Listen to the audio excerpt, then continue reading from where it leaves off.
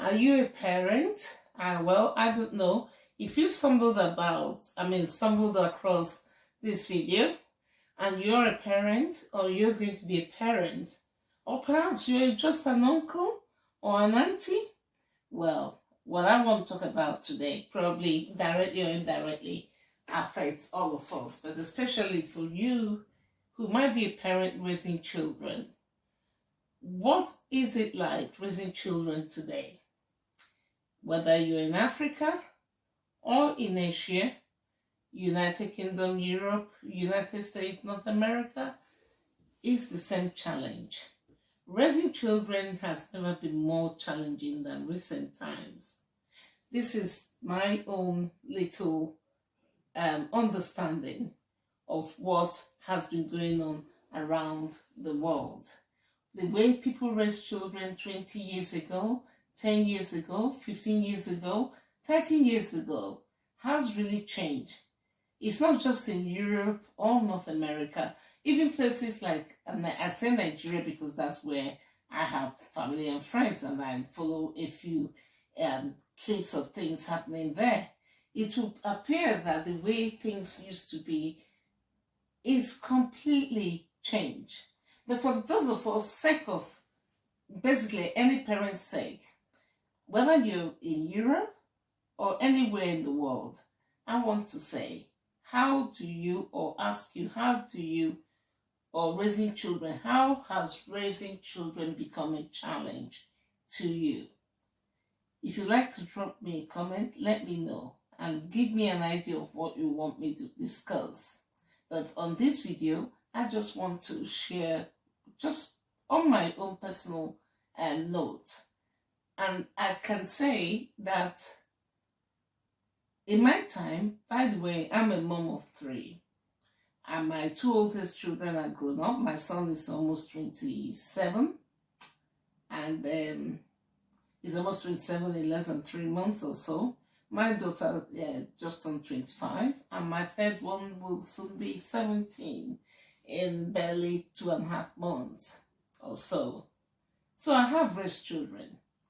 I also know that the way I raised my children was different from the way I was raised, be it because of environment, moving times. But I know for me, at an early stage, even when I was a student, long before I even knew I was going to get married, with all respect to all moms and dads, I had in my head the way I wanted to raise my children to be slightly different. Then I ended up, my husband is white British. I was born in Nigeria, grew up in Nigeria most of my early lives. And I often say to people, back then, even when my kids were literally babies, I like to think that I raised, and I have raised them, and so far I say, thank you, Jesus. I say, thank God. I often say that I like to raise my children with the best of the West and the best of Africa, because neither culture is perfect. There are things African culture does, which is not about being exposed. Even long before I got married, I personally didn't like. There are things we do in the West, this is my personal opinion, I would not say sits well with me. So what do? And that thing to me is I say to my children, they're actually blessed. Blessed to be able to experience both cultures, blessed to be able to blend both cultures. But whatever culture you raise your children, well, I want to, some of the little tips I'll talk about towards the end is to help you, mom, dad, whoever you are, wherever you are in the world. This is not about color, it's not about culture. Because I must also say I give credit to my parents for the discipline. Discipline is the word. Discipline means a lot of things to different people. Often it connotes to a lot of people as if it's something very negative. Discipline comes in different ways and all depends on how you want to discipline your children. By discipline, I mean, personally, equipping your children to be able to handle themselves, give them skills, give them social skills, emotional skills, and physical skills. I was blessed with parents who were disciplinarians, if you like. I don't mean like in an abusive way. Then in my early stages, I went to boarding school. That was the norm. And my boarding school happened to have been opened by Queen Victoria herself. So being in Nigeria back then, when Nigeria and Nigerian society imbibed a lot of British attitudes, education, it actually, looking back, helped me a lot. And just by coincidence, my principal during my secondary school was also a white British woman who was actually married to an engineer from Nigeria, Mrs. Iwobi. But what he did for me growing up, in a household where we always had, or my mom often preferred to do things herself with the help of her helpers at the time, was that he gave me the skills that I needed. And so when I became a mom, I took it upon myself. I always wanted my children to grow up, one, having a belief with faith. Also, culturally, contrary to what most people's perspective, especially those of you watching this who are maybe immigrants or diasporans, will appreciate what I'm saying. Oh, they look at, kids abroad or English or Western kids as if what they would term being respectful. Though we know it's not always the case. Things have been changing. Places like Ghana, Nigeria, Senegal, Sierra Leone, and all that. It's all washed.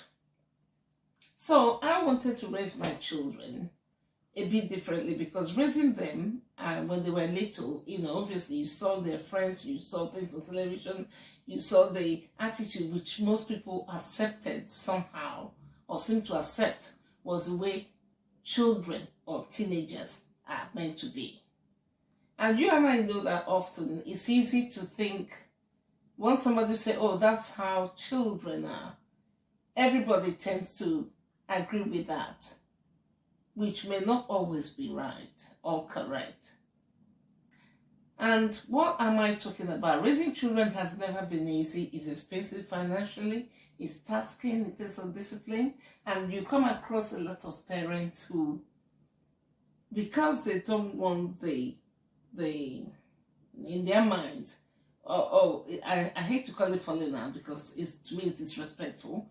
Raising a child doesn't have to be falling out. But you, the parent, needs to do the work. And you see a lot of parents who are raising children, but we're not raising children. Of course, I cannot tell you how to raise your own child, but the unfortunate thing is that whether we do it rightly or wrongly, those children will be the product of the society that often ends up affecting me, affecting you, and affecting the wider part of the society. And you saw children who could be teenagers, and yet they have absolutely no skills. And why is that? You see, I may be wrong, please forgive me. I'm not saying that everybody, from my observation. And in fact, a good example is a program I watched recently, just 2 weeks ago. It was a program themed at university students. And in this program, there were 3 boys and 3 girls, all from the same university, and the program was trying to match them. Somewhere along the program, there was a point where the girls or the boys were meant to cook something for the girls. They were all put into this house, not necessarily in the same room each, but obviously trying to encourage them, different activities to warm it up and see if they get along. And there was this lovely, lovely young man who made me laugh so much. But what was sad in it, although we laughed, he, according to him, was either 19 or 20. No, I think he was 20, going 21, already in 2nd year or 3rd year. And he came to a point in the morning when the girl he was matched with asked him to make some egg, and it turns out, like he said, he was giggling with embarrassment, and he was like, I've never cooked a thing in my life.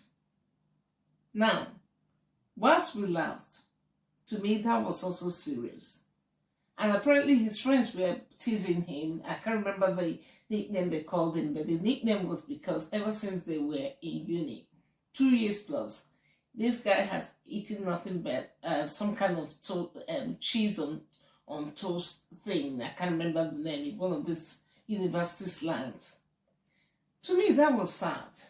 Now, going back to raising children, because I can speak firsthand how I've raised mine. I've raised 3 children, I'm raising a 3rd one. And the mistake I feel some of us parents make, white, black, Asian, whatever.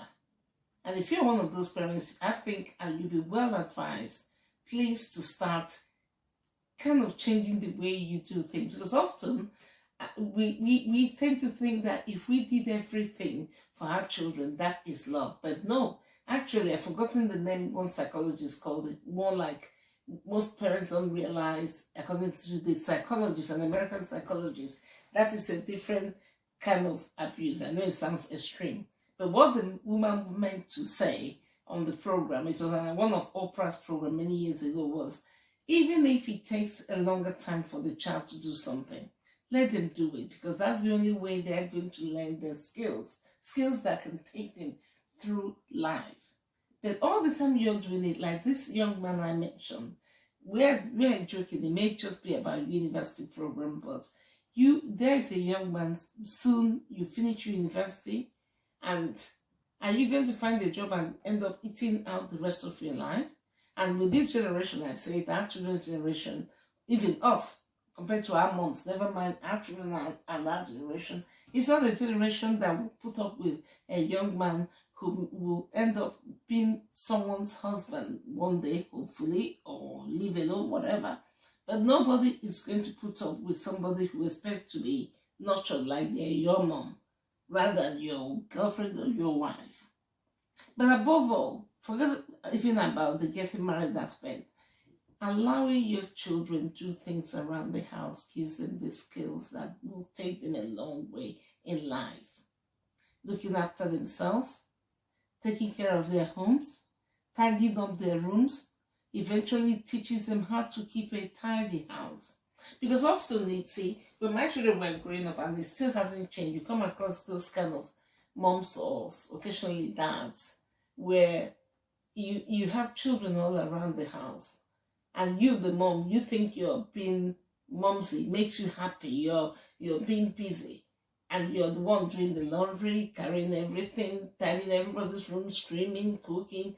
My dear, to be honest, I'm not here to judge, but I will say that to me, and from my own little understanding, that is a wrong attitude. And let's say, for example, God forbid, in future you're not able to do that because of ill health or whatever, or you're not there. Does it mean your children, who will teach them how to take care of themselves? So what I want to say is that if you're a mom watching this, and I know just if you're like me, raising my children, the only person I had around me was my husband. I had to learn. My mom wasn't around me. I found myself in different parts of the world, and then eventually a different country. Because when I got married, I never knew, first of all, I didn't even expect when I got married. And when I got married, I found myself in different parts of the world. I found myself, apart from the United Kingdom, due to my husband's job, I went ahead to a faraway country in Pacific called Kiribati to live with him. We lived in Fiji Islands, we lived in Australia, I lived in Bulgaria, I lived in Swaziland, partially South Africa, you name it. And what do I mean? Because, you see, I will say, as my children grew up, even as early as 8, 9 years old, I know it sounds crazy to you because some of you sounds like you're allergic to anything. Loving your child means spoiling them. Don't even let them. That, to me, that's not love. God knows I spoil my children, I love them. But I had to also think about what skill do I want them to acquire? So you see, from the age of about 8, 9, I can't remember exactly, 8, 9-ish or so, You know, even if it's just ironing, I'm not saying give them the iron, you just stand there, see how you do it gradually. Gradually, after a few months, you could actually help. By the time they are 10, 11, and you oversee them, trust me, if you stand there, you don't leave them with the iron, you let them, teach them, and let them do it several times, different times in front of you, you'll be surprised how quickly that child will pick up. And if you think that is young, some of us, like I said, I went to boarding school at the age of 11. That was the norm. 11 was the age we got into secondary school. So all throughout my secondary school, I was in boarding school. Then I left boarding school. I did 2 years my A-level equivalent. Then I went into university. And shortly after, just before I graduated a 5-year degree program, I got married. So do you see how quickly your child could live in your home during primary school? Before you know it, they're secondary school. Before you know it, whether they're going to university or going to learn a trade, whatever that may be. But I'm proud to say that, I speak as a mother that raised 3 children by God's grace successfully. By teaching my children little things, my son, even when he was in university, he gave me peace of mind. Sometimes he will even call here and ask how to cook this, how to cook that. I know sitting here as I'm speaking that I raised a son who can take care of himself. And often people commented how clean his room was, how tidy he lived and all that. The same with my daughter.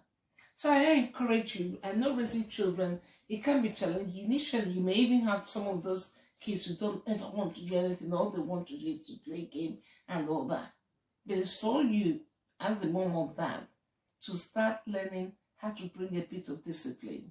Discipline meaning being able to manage their time. You cannot be in the same house and you're running around and kids are just sitting there twiddling on games. That is the wrong emphasis. That is the wrong attitude.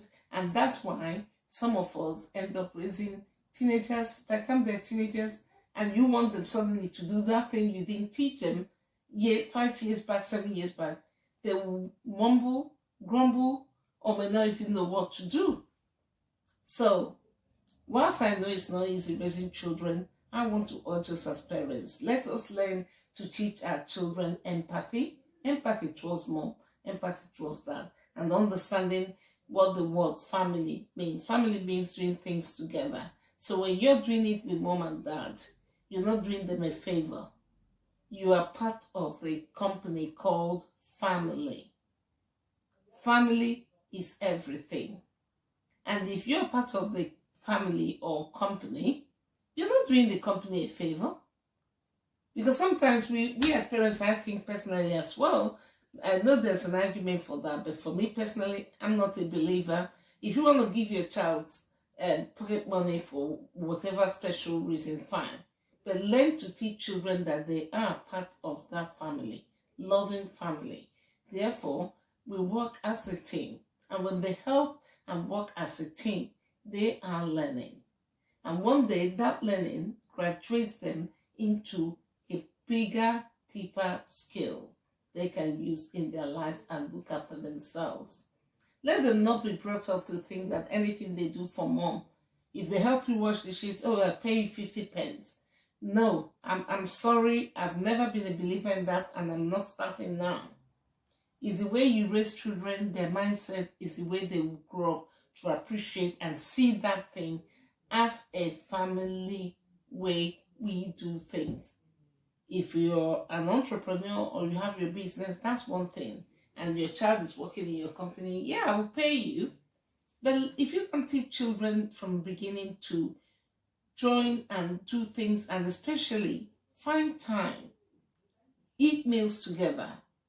I've been lucky, due to the way I've worked over the years, I've always tried. We, as a family, have always been great believers of eating together because that's where I was raised in Nigeria back then. I didn't know it was anything special, but one thing I know is that it did bond us. And I love looking back. I didn't count it as a big deal, but then we know how difficult it is for many families to find time to eat together on the table.